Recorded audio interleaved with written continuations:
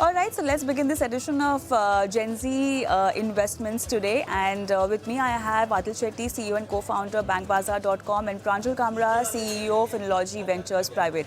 Hi, good evening, and welcome to the show. And a very interesting topic of discussion today, where we'll be discussing about Gen Z's, their investment trends, and what are the red flags. So, Adhil, let me begin with you because I understand there is some kind of a investment index that Bank Bazaar has, and there specifically you've tracked down certain trends, investment trends of Gen Z. So, the kind of information that we keep getting, via the shows we do or when we interact with people out, Gen Z's, they don't have a typical understanding of what are the risks associated in an investment instrument. When you talk about the risk appetite, it's a term that's not well versed with them. And we can see them going towards more towards FNOs. We see them going towards crypto. But when we talk about investments in mutual funds, they have a very passive or a laid-back attitude towards that. Not because they don't know about the investment instrument, but then the fact that you've got to be logged in for a longer period of term. And but at the same time, one contrast is that what we've seen or what we've noticed is that they are preferring fixed deposits. Okay, they still like real estate for some reason. So, are you also witnessing that kind of a trend as per your index, the Bank Bazaar index I'm talking about, and what can be the rationale behind it? Sure, Kavita. So you pointed some red flags, and we'll talk about it during the show, right? Which is the FNO segment where people are losing money, where the crypto segment, which is again very volatile. But overall, what I'd like to say that we've seen in the Bank Bazaar Aspiration Index that Gen Z can be quite savvy in terms of managing their risk and reward and a balanced portfolio. There's a particular reason I say this, Kavita.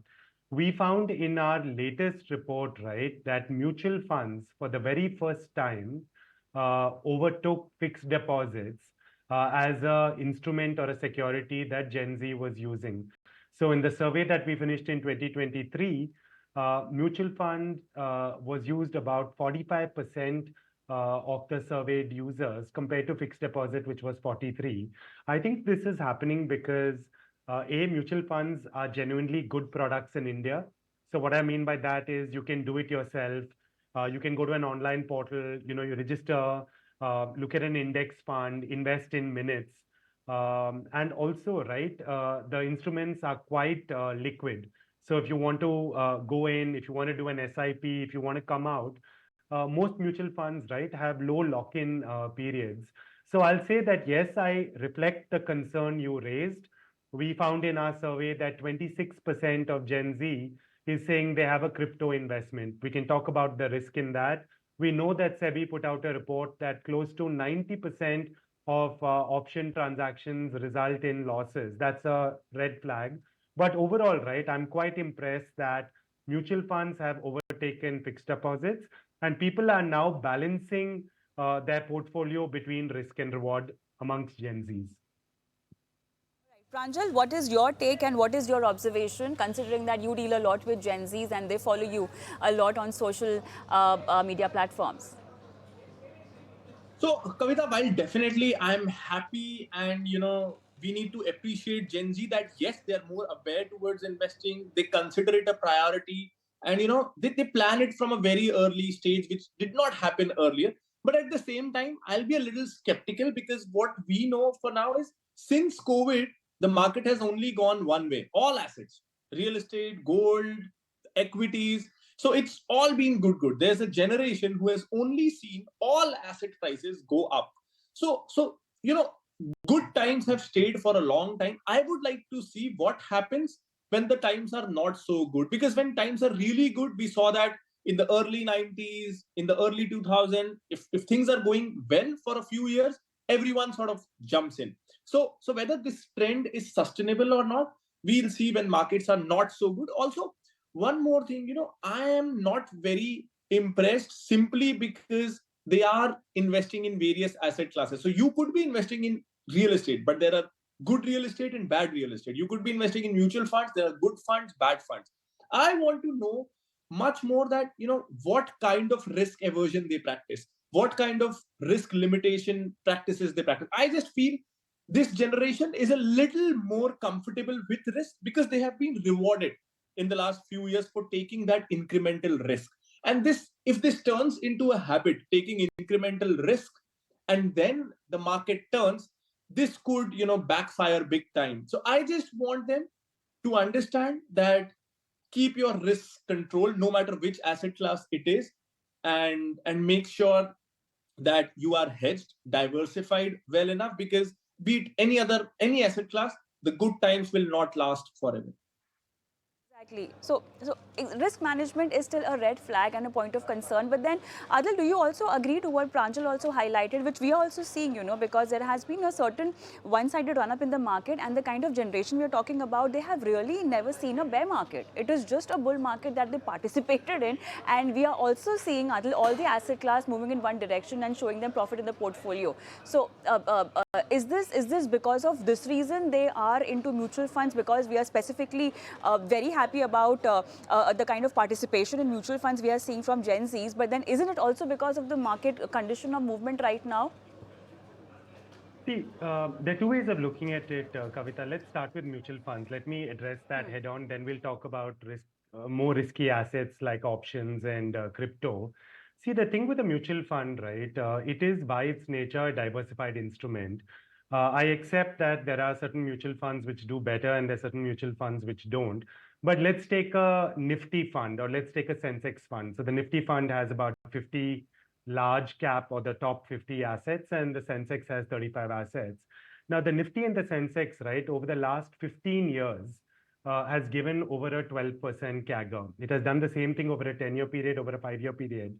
Now, I'm not disputing that the Nifty can't go down. You yourself pointed out that this week it moved by 0.2%, maybe a few weeks it's gone down.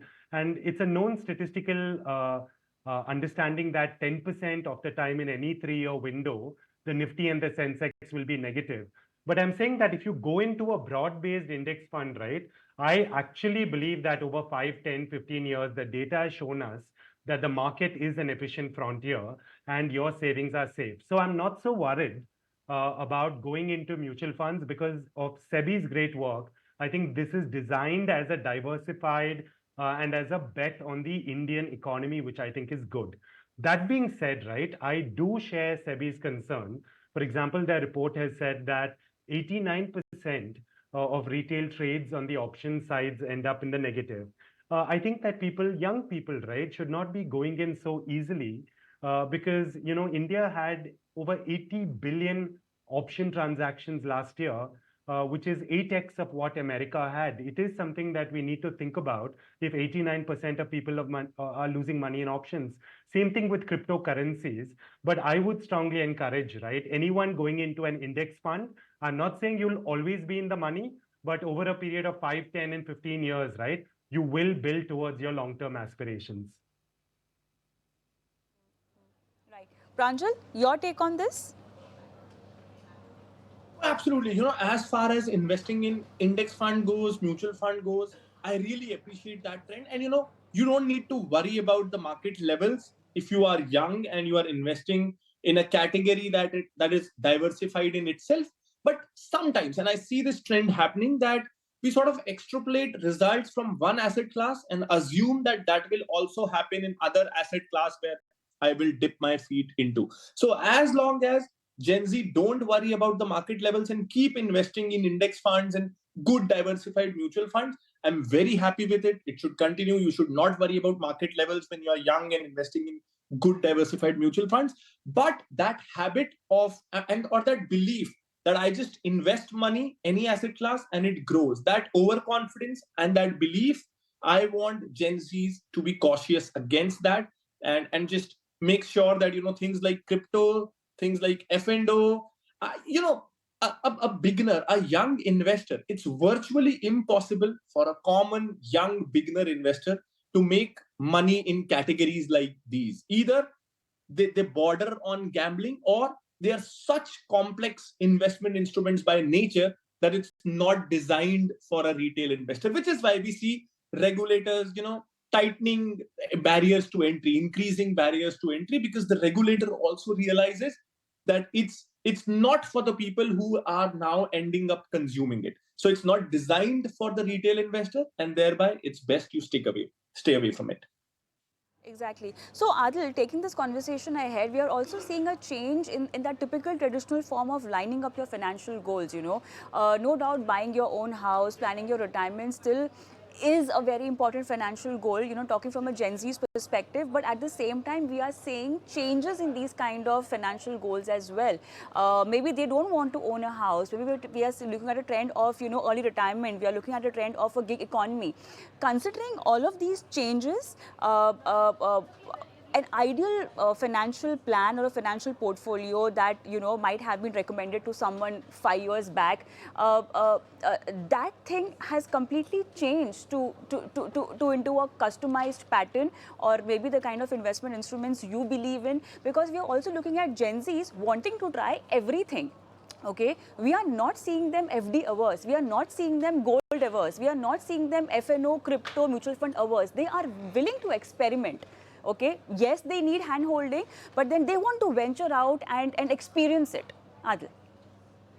Yeah, I think Pranjal brought up some good points. Let me just reflect Right. on some of them. So I think Gen Zs are definitely researching and they're savvy. In fact, what we found in the latest Bank Bazaar Aspiration Index is only 3% of Gen Z are saying they haven't saved or invested at all. That is great, right? I don't think, when we were that age, 97% of us had thought about saving or investing. So it's good that they've started. However, right, we are a little concerned that 77% of people in the survey have said that their saving has not gone up or has stagnated over the last year, right? So clearly there's some pressure wherein they're not going in continuously on an SIP, where they may be investing in volatile asset classes. See, people still have that goal for a house. So we find that when people take a loan, 43% or number one reason people are taking a loan is for an apartment. Number two reason is for a car or bike, 39%. Number three is for education, 35%. They are savvy about retirement, right? So 46% of people told the aspiration index by Bank Bazaar that we have thought about a retirement corpus. So I think somewhere, right, Kavita, there is a maturity because of great work being done by you, by Pranjal, where people are aware, they're learning, they're educating. So overall, I see positives, but I definitely am much more happier, right, about the 55% of people who told me they're in an MF than I am about the 48% of people who told me they're in individual stocks they are choosing. And least of all with the 26% of people who told the Bank Bazaar Aspiration Index that they're in crypto. So I think there's a lot of good, but we need to be careful about some of these risky areas, especially options, especially crypto, and also individual stock investing. I think mutual funds are fantastic. Index mutual funds are the easiest. I would like to see that grow further. Pranjal, talking about personal loans and this type of category growing among Gen Zs, that's a major red flag. What do you have to say? What is your observation and inputs on this? Oh, yes, I was about to say that. It brings me Yeah. jitters. It's something to be wary of. I don't like people, you know, just piling up loans. Apart from there are good kinds of loans. So if someone is taking a home loan, I don't worry about that. Someone is taking an education loan, I don't worry about that. I worry when people are very comfortable with instant loans, personal loans, multiple credit cards. I see individuals. There are these big communities on social media that sort of propagate having dozens of credit cards, 20 credit cards, 12 credit cards. It's just mind boggling. I couldn't have thought of it. So people, Indians getting comfortable with debt, this is really scary for me. And when you see the trend in the US, some other European countries, how even despite earning a substantial sum, how much they are in a debt trap, per capita debt, personal debt, how comfortable they are with rolling over debt, continuously living paycheck to paycheck. I'm not really comfortable with that trend. It shouldn't happen. It shouldn't be a case wherein whatever you save, you're investing in mutual funds, and then to run your monthly expenses, you're actually using your credit card. I would prefer, and ideally it shouldn't happen, but I would prefer that you pay off your expenses first, and then whatever is left is what you invest. But I understand, people want to invest, they have goals, but that shouldn't come at a cost of that you invested your salary and now you are using expensive debt to actually go through your monthly expenses. So first priority is insurance always. Second is to be debt free, and then ideally you plan your retirement and then for other goals. The chronology should be correct. Adil, any observation on the aspiration index regarding loan and personal loan? Yeah, so I agree that, the RBI came out with the risk weight average increase, right, where they pushed up the risk weights on unsecured lending. And essentially, all the analysts believe that these high velocity 10, 15,000 rupee loans, and, at no circumstance should you be taking a loan and investing. So let's say that's a big no-no straight off the bat. But you should not be rotating, you should not be taking these fast loans and moving one by one. That I agree.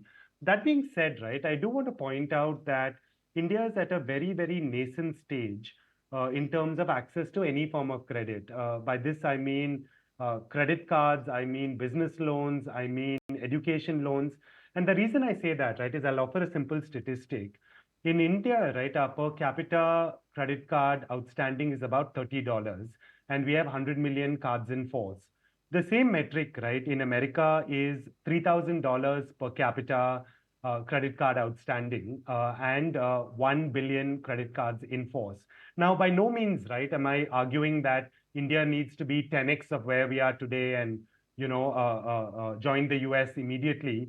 But I'm saying that as an economy grows, right, businesses need access to capital, MSMEs need access to capital. Today, consumers need a credit card as a necessity, right? To pay in a mall, to pay in a theater, to pay online. That being said, right, you have to be prudent. Every month, whatever credit card debt you use, you have to pay it in full. At Bank Bazaar, we always say, please increase your credit score over 750 because then you'll get a discount on your home loan or you'll get a discount on your business loan. So I have a view in which I agree credit should be used prudently. But I'm also very optimistic, right, that credit access needs to grow in India for us to become a $5 and then a $35 trillion economy. Right. All right. My time is up, but then I have one last question for both of you. Top 3 rules for Gen Zs watching the show right now. I'll start with Pranjal. Pranjal. Yeah. So one is, the old saying, do not consider, and you pointed it rightly, do not, but I want to, highlight it further. One, do not consider FD or gold as boring investments. Sometimes there's this trend to demean FDs. I want to highlight the importance of FDs. FDs, you shouldn't be valuing it based on how much returns they offer. The real value of FD lies in that, you're getting 7%. In emergencies, it will be there for you. It will not be affected by market volatility. So it helps you in emergency, it helps you in your needs, it helps you in dire circumstances. So FDs, don't value it by its returns, value it for what it offers. It's a great instrument. Please stick to it. Second, do not ignore gold. I mean, when the stock market is doing really well, you think gold is boring or why should I go there? But if God forbid the market doesn't do well, you will be proud of yourself for every penny that you invest in gold. So please keep that in your portfolio. Third, as Adhil also mentioned, he loves when people invest in mutual funds and not necessarily when they invest in stocks. But we are naturally sort of interested in stocks because that makes us feel like a hero, like a winner. So stick to mutual funds first. Right. Adhil, your top 3 mantras, if I have to call it that. Thanks, Kavita. So I'll just give 2 here. So the first is, I already said, go with index mutual funds. I want to add to that, do an SIP. It's an extremely disciplined way of investing. If you go with a Sensex or a Nifty mutual fund, I do it for my daughter. She's 5.5 years old.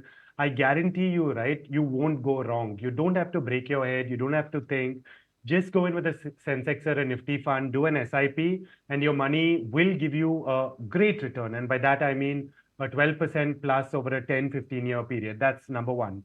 Number 2, right, I'm going to copy what Pranjal said because he was very smart about it. buy your insurance. Buy your insurance when you're a Gen Z. I didn't do it when I was that age, but you can lock in your life insurance now for the rest of your life. Your life insurance premium can never change, right? And it will be so cheap if you're buying it in your early 20s. So lock in your life insurance amount now, buy your first policy. You'll keep it for the next 50 years and always have health insurance, right? Because if something serious happens to you and you fall sick, unfortunately, after that, you cannot buy personal health insurance. No one will sell it to you. So buy Right. your health insurance when you're young. Right.